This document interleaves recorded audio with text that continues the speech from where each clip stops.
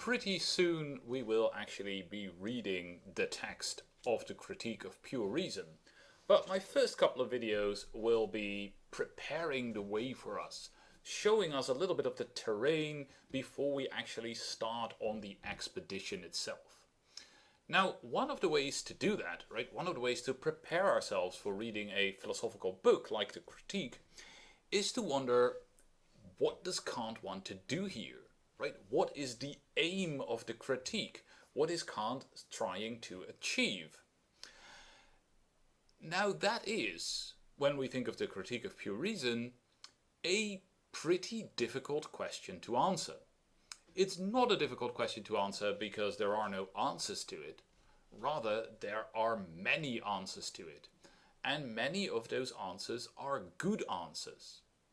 So, what I'm not going to try to do here, what I'm not even sure is a sensible approach to the book, is to try to tell you what the real aim or the most central aim or the most important aim of the Critique of Pure Reason is.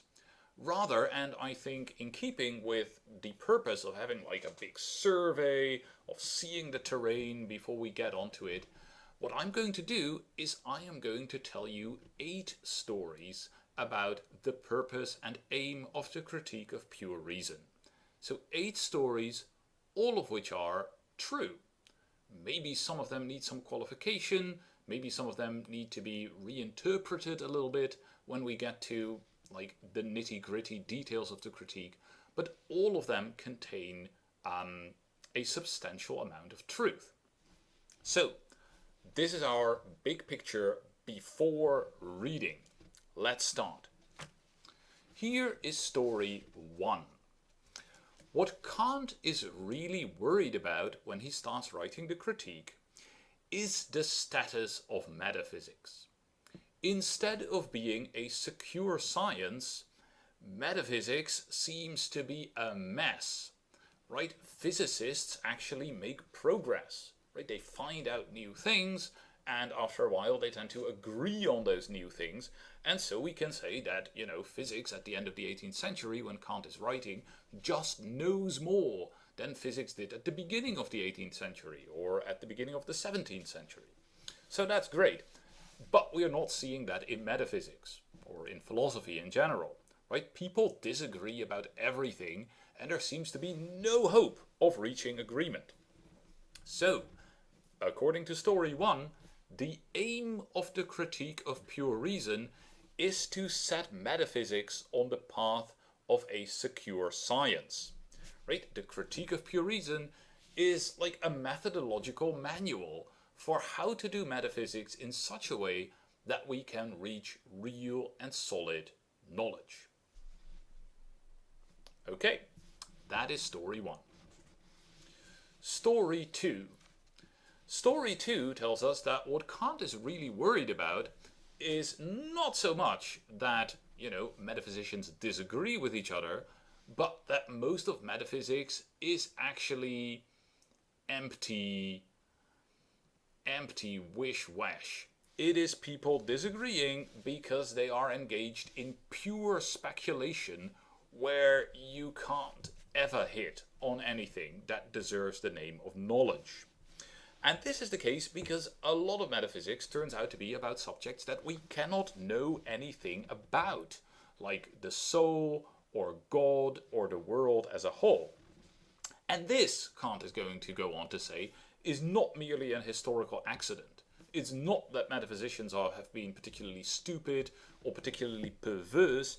No, it lies in the nature of reason itself to ask for ultimate explanations, even though reason is incapable of giving those ultimate explanations. And if we don't realize the kind of trouble that this leads to, and if we don't realize where the limits of reason are, then we are going to be inevitably led along this disastrous path towards the realms of empty speculation, which is what most of metaphysics has in fact turned out to be. So, what Kant is going to do in the Critique of Pure Reason, he is going to engage in a critique of reason. That is, he is going to investigate the nature of reason in order to draw the limits of reason, in order to find out where reason can work with validity and come to knowledge, and where reason can't ever hope to get to knowledge. And in this way, he will safeguard us from falling prey to what he calls a transcendental illusion. Now, it's going to turn out that this means that most metaphysics is going to, come crashing down. If you thought we could have knowledge about the existence of God, or the immortality of the soul, or the eternity of the world, it turns out that the answer is no, we can't. And so we can say, in a famous phrase, that Kant comes to traditional metaphysics as the all-destroyer. Right? Kant is the all-destroyer. He just tears down almost all of metaphysics. So that's story 2. Right? Kant is here to tear down almost all of metaphysics by showing that it is about subjects that we can know nothing about. Story 3. Again, story 3 has Kant being pretty worried about metaphysics. In particular, Kant is worried about whether metaphysics is possible. And that question, that worry about whether metaphysics is possible, can maybe be best formulated, best understood, using Kant's own famous distinction between analytic and synthetic judgments. So we will say much more about this later in the course, but for now, let's say this. An analytic statement is a statement that is true, that we can know to be true by analyzing its concepts. Right? If we just check out what those concepts mean, how they are related to each other, we can see that it's true that, for instance, all circles are round, or that dogs are animals. Right? That's sort of part of the meaning or definition of those concepts. Now, that kind of conceptual analysis it can be useful. It's not always trivial, but one thing that it doesn't do is it doesn't extend our knowledge at all. Right? We don't really learn anything new when we do this kind of analysis and arrive at these analytic truths. Okay, so we can extend our knowledge, but only by making synthetic judgments. Synthetic judgments are judgments in which concepts are related to each other, are combined with each other, that we couldn't combine just through analyzing their meanings. Now, synthetic judgments generally have been thought, certainly by the empiricists, to come only from sensation. Right? If I look outside, I can see that there is a blue van outside of my house. Right? That is a synthetic judgment. There's a blue van outside of my house. There's nothing about the concepts, the terms, that shows that it's true, but my observation shows me that it is true. There is a blue van outside of my house. And that's nice, but of course those kinds of empirical statements are the domain of empirical science. Right? That is what a common sense person looking at vans, or if we think about scientific versions of that, a physicist or a biologist or a psychologist is engaged in. Doing experiments, looking at the world, and coming up with this kind of synthetic a posteriori, like empirical knowledge. Okay, what about metaphysics? Well, if metaphysics exists, it must exist in the form of synthetic a priori judgments. So they're synthetic, they actually extend our knowledge, they actually teach us something new, but they're also a priori. They're not based on observations, they're based on pure thought alone. And so the question of whether metaphysics is possible is, for Kant, the same as the question of whether synthetic judgments a priori are possible, whether it is ever possible to extend our knowledge without bringing in the data of sensation, without bringing in our a posteriori sensations. And what the critique is, what the critique of pure reason is, it is Kant's attempt to prove that, yes, such judgments, such synthetic judgments a priori do exist, and therefore metaphysics is possible. And Kant is going to show us some of the metaphysical truths. And so in this story, Kant is actually the savior of metaphysics, right? He's proving that it can exist, that it is possible, and he is going to give us some important metaphysical truths. Great. Now,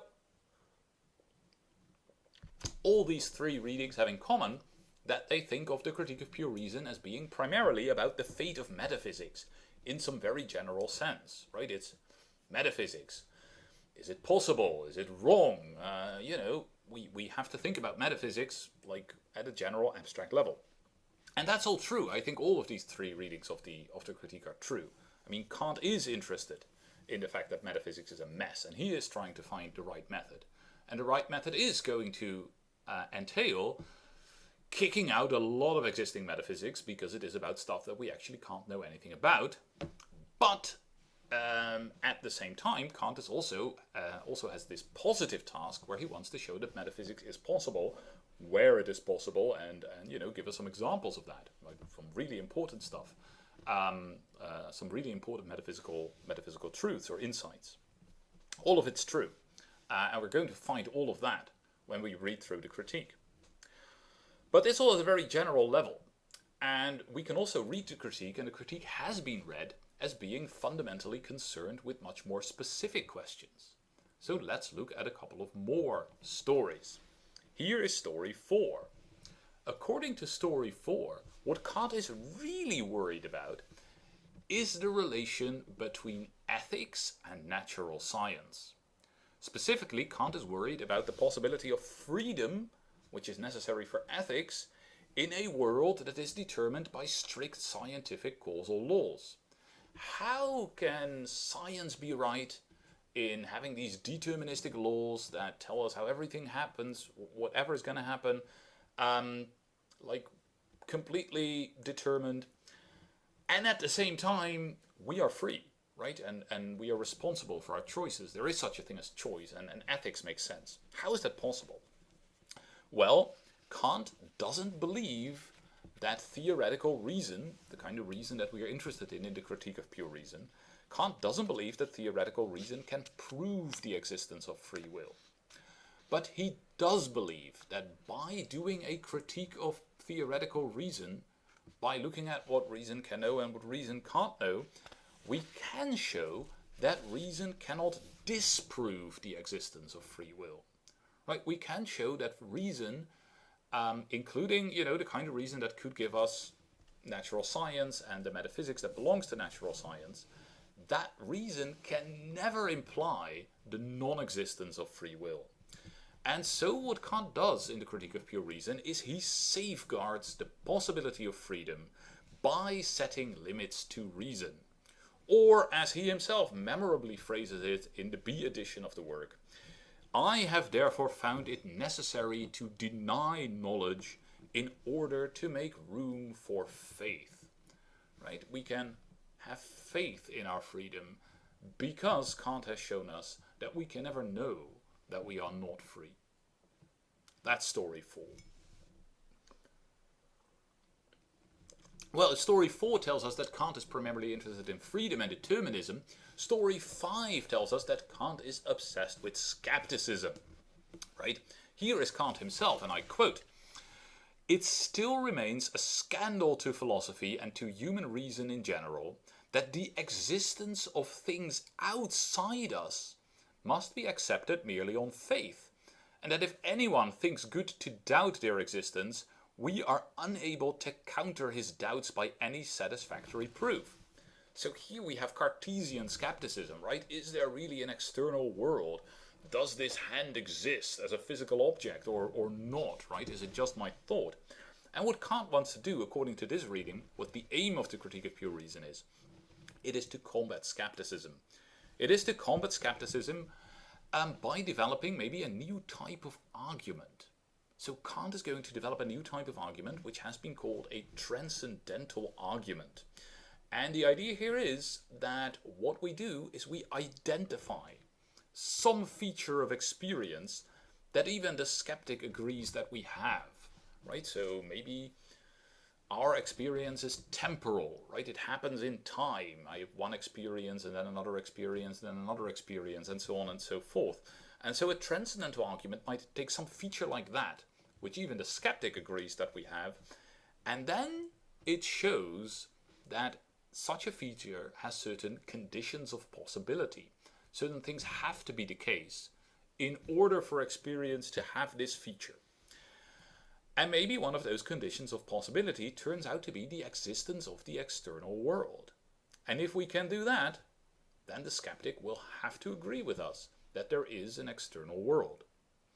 And so when we read the first critique, according to this reading, what we really ought to be asking ourselves is whether Kant actually succeeds in giving us proofs that show that Cartesian skepticism is wrong.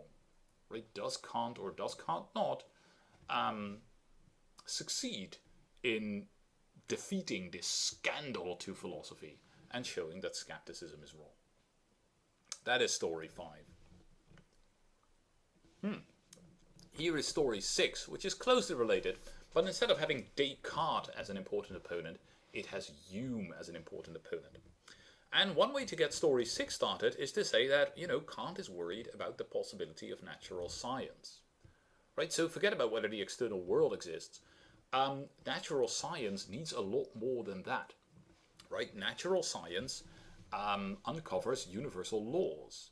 It tells us how the present state of the universe determines future states of the universe. It tells us about relations of cause and effect. It gives us all this knowledge. But, hey, who is there in the middle of the 18th century? One of the most important predecessors of Kant, it is David Hume, right? And what Hume does is he casts serious doubts on this picture. He casts serious doubts on whether we can reasonably know, whether we can through reason know anything at all about causation, about like universal laws and all that good stuff that natural science seems to need.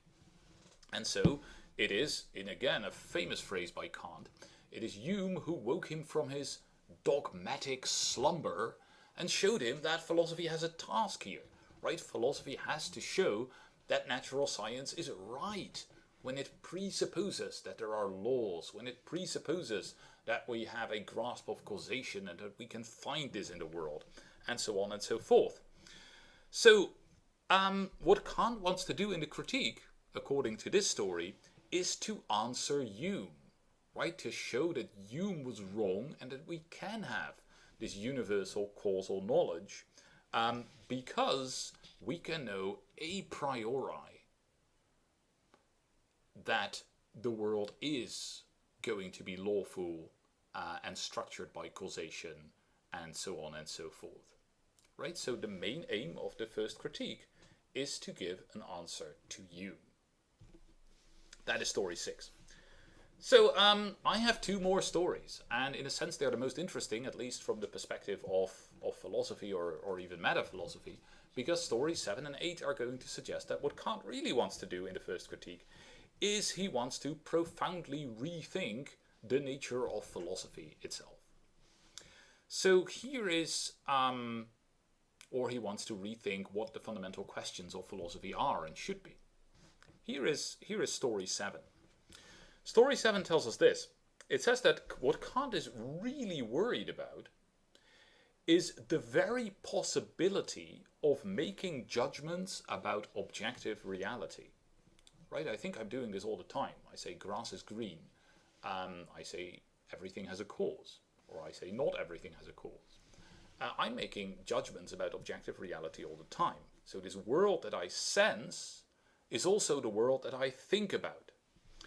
Now, one of Kant's most fundamental commitments, and we're going to come to this, we're going to spend a lot of time thinking about this later on, but one of Kant's most fundamental commitments is to the idea that such judgments that are really about something, judgments that are really contentful, require 2 things. They require concepts being applied to intuitions, right? Concepts are, the kinds of things that we have words for, like things like green or big or causation. Those are concepts. And intuitions, for now, we can think of them as sensations, right? So Kant thinks that in order to think anything, in order to judge anything about the objective world, we're going to need to apply concepts to let's say, sensations, intuitions. I'm going to say for now sensations. In fact, Kant memorably tells us, and as I bring forth these stories, I again and again come to these like famous quotes by Kant, and in part they're famous because they're supposed to sort of summarize some crucial point of the critique, which is of course why they come up when I tell these stories about its aim. So this famous quote is the following. Kant says, "Thoughts without content are empty, intuitions without concepts are blind." And what is going on here is that Kant is criticizing both the empiricist and the rationalist tradition of modern philosophy. So according to the empiricists from Locke to Hume, sensations, intuitions, sensations were primary, right? That's where all cognition starts. And our concepts are in some way built up out of those sensations. And Kant thinks, for pretty good reasons actually, that story can't work. On the other hand, there were the rationalists, who believed that sensations were in some sense just confused thoughts, right? That what we call sensation is really just a confused way of thinking. And Kant thinks, I think also for pretty good reasons, that that doesn't work either. So concepts and sensations are, one of them is not built up out of the other, one of them is not just like a bad version of the other, they're really two different things. So that is one of Kant's fundamental commitments or insights. But this creates a problem, right? This creates the problem, how can concepts apply to sensation? If they are radically different things, how can you apply one to the other? How can we think about the world? How can we judge about the world? How can we know that our judgments, that our ways of thinking have any applicability to the world that exists independently of us? Right? That is a pretty radical question. If you think that the world is in a sense God's thought and we have been created in the image of God and our ways of thinking are just some kind of, bad mirror of God's way of thinking, then maybe this question doesn't seem very important, right? Our grasp of the universe is going to be limited and it's going to be imperfect, but it's also unproblematic. But if you don't think that, if you think, hey, here are human beings with, some finite way of thinking that is not, we can't claim that it is sort of the way of thinking of the universe itself, and then there is this universe that is given to me through sensation. Why would one apply to the other? How can I believe that? How can I know that? How can this work? How can thoughts ever latch on to things? That is, I think, an absolutely radical question. And it's probably asked for the first time here by Kant. Or it's definitely asked like with this radicalness for the first time here by Kant. And it's going to be a question that is going to keep exercising philosophers for centuries to come. Like if you look at something like Wittgenstein's Tractatus in the early 20th century, it talks a lot about language, but its basic question is the same thing. How can thought, how can language for Wittgenstein ever be about a world? How is that even possible? And so what the critique is doing, according to this story, it is trying to explain how thought and sensation can come together, how our finite human thinking can ever be thought of an objective world. And in answering this question, it completely reshapes philosophy. And a traditional way of saying that is that what Kant does is he takes the insights of both the empiricists and the rationalists and brings them together in a way that is entirely new, because it manages, if Kant succeeds at least, it manages to go beyond the one-sidedness of the traditions that exist at his time. And so Kant sets philosophy into an entirely new direction by making this leap towards this question of how thought and sensation can ever come together. And that is story 7. So in story 7, an important role was played by this idea that we are not God, right? That our grasp of the world is not God's grasp of the world, that we are finite thinkers. And according to Story 8, the whole point, the aim of the critique, is precisely to rethink philosophy while doing justice to that insight, to the insight that we are finite thinkers. Now, of course, all philosophers always had known that we are not God, right? And that compared to God, our cognition of the world is going to be very imperfect. But according to Story 8, what Kant wants to do is he wants to take our finite ways of thinking, which are the only ways that we actually have access to, as the only standards that there are. Right? It doesn't make sense to try to understand ourselves from the point of view of God. Right? What does it mean to say that we are imperfect thinkers unless we can say that from our own point of view rather than from God's point of view? And so what Kant tries to do for the first time is to understand our cognitive situation from the inside, without taking for granted some kind of divine or otherwise non-human standard of rightness and objectivity. That is, in Kant's own terminology, what he is trying to combat is what he calls transcendental realism. Transcendental realism, which is the idea that the world has an intrinsic nature that is utterly independent of its relation to us, and that knowledge of the world would be knowledge of this world as it intrinsically is. Right? That is what knowledge of the world is. Getting a grasp on this intrinsic nature that is entirely independent of us. Now, for the transcendental realists, and the transcendental realists are everyone for Kant, right? They're like it's Descartes and Leibniz just as much as Berkeley or Hume.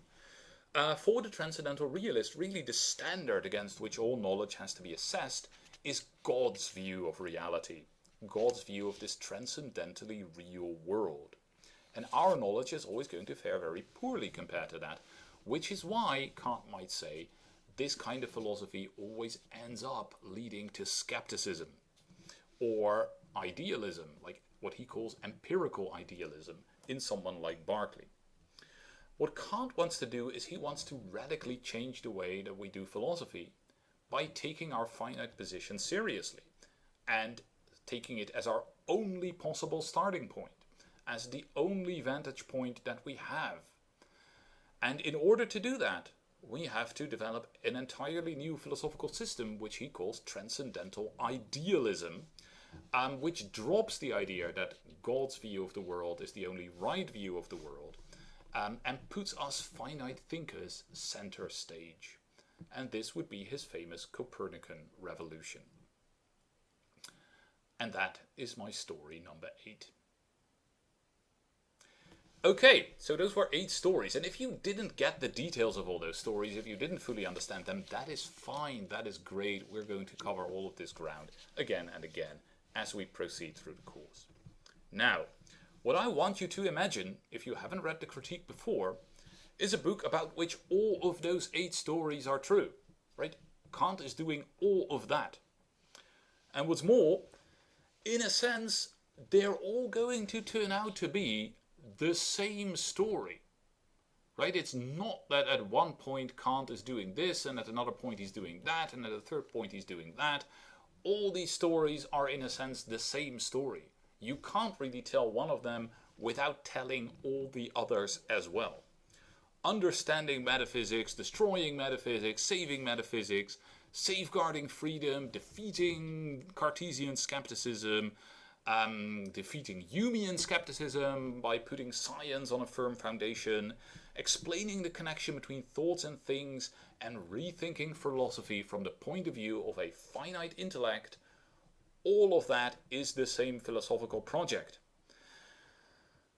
And if you try to imagine that, a book that for which that is true, then you have a bit of an inkling of why the Critique of Pure Reason is so fascinating and why it is so difficult.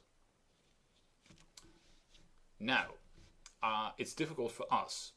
I guess it was also difficult for Kant. I mean, he struggled mightily to think through all of this, publishing almost nothing for the 10 years leading up to the critique, and then apparently writing it down rather hastily, which maybe we can see in some places, although, you know, it's in another sense, fairly good.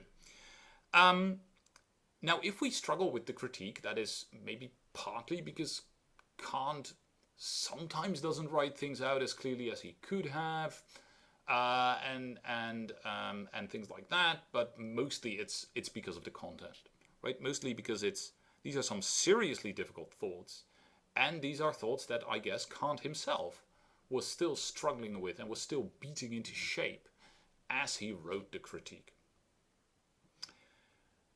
There are ambiguities in the text and unclarities in the text that haven't been resolved in the more than 200 years after Kant. And in fact, commentators today still disagree, sometimes like vehemently, about some of the most fundamental and central questions you could ask about the critique, like the meaning of transcendental idealism or the nature of the thing in itself. And those are questions that we are going to run into too as we try to understand the critique. So we definitely have our work cut out for us, but I hope that this rough overview will help us find our way and maybe has made you a little bit eager to continue our expedition into Kant's critique of pure reason.